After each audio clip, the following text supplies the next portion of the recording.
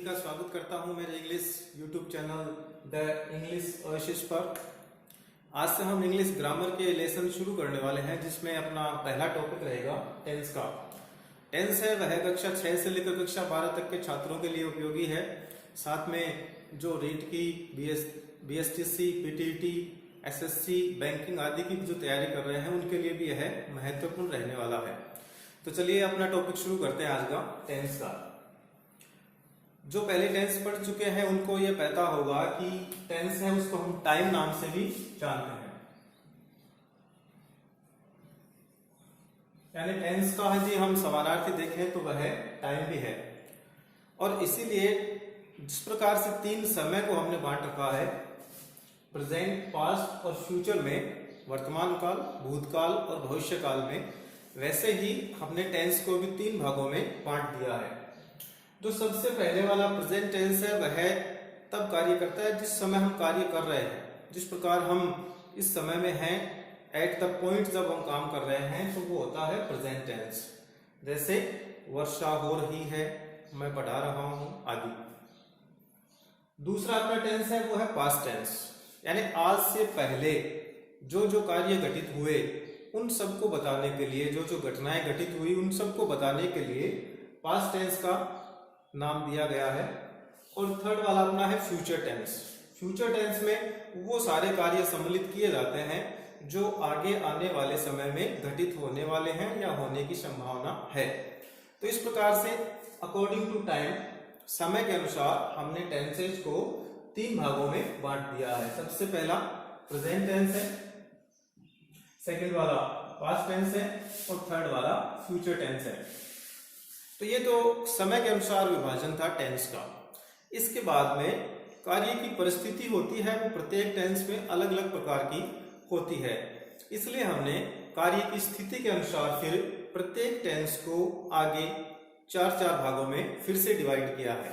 जैसे present tense में हमने सबसे पहला टेंस डिवाइड किया है वो है इंडेफिनेट टेंस। इंडेफिनेट को हम सिंपल टेंस के नाम से भी जानते हैं।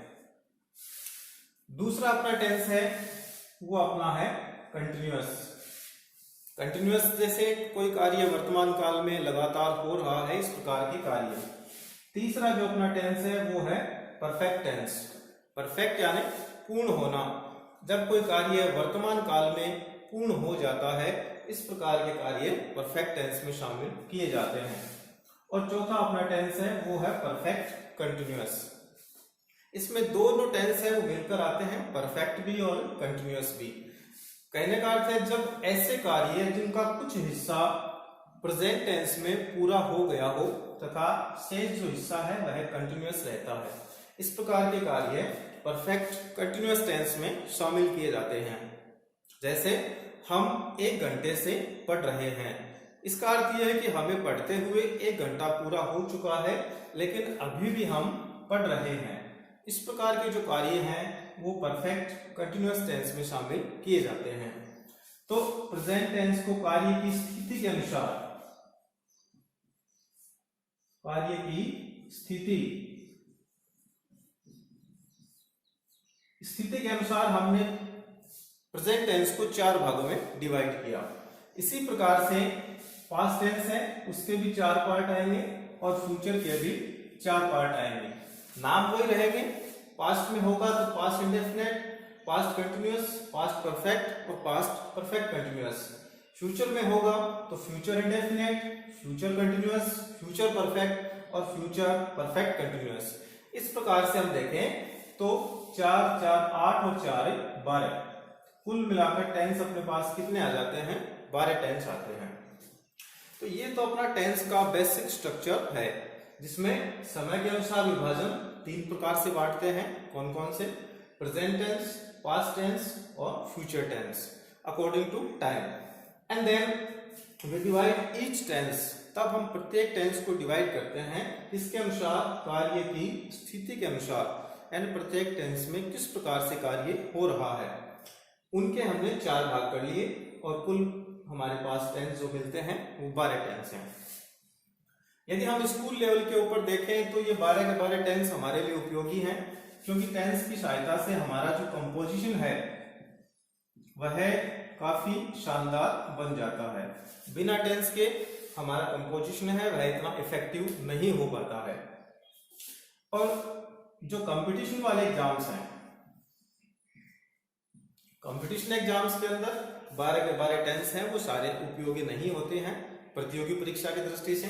तो जब हम पढ़ेंगे इन प्रत्येक टेंस को तब मैं आपको बताता चला जाऊंगा कि इनमें से कौन कौन से टेंस हैं वो आपके लिए उपयोगी होते हैं, जिनमें से बार बार परीक्षा में प्रश्न आते रहते हैं।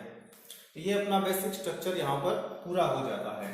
अभी हम प्रत्येक टेंस को एक एक बारी बारी से लेते जाएंगे और उनको पढ़ते जाएंगे कि प्रत्येक टेंस में क्या क्या उनके स्ट्रक्चर होते हैं, क्या क्या उनके अंदर एडवर्बियल्स लागू होते हैं, क्या क्या इनमें रूल्स अप्लाई किए जाते हैं, इनके उपयोग, उनकी संरचनाएं और उनके एडवर्बियल्स पहचान के लिए ये प्रत्येक टेंस में हम पढ़ेंगे।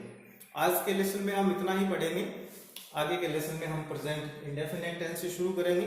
तब तक के लिए आपको धन्यवाद। यदि वीडियो पसंद आया तो उसको लाइक करें, सब्सक्राइब करें ताकि अधिक से अधिक छात्र हमारे साथ जुड़ सकें और छुट्टियों के दौरान या कहें कि लॉकडाउन के दौरान अपना फायदा कर सकें। धन्यवाद।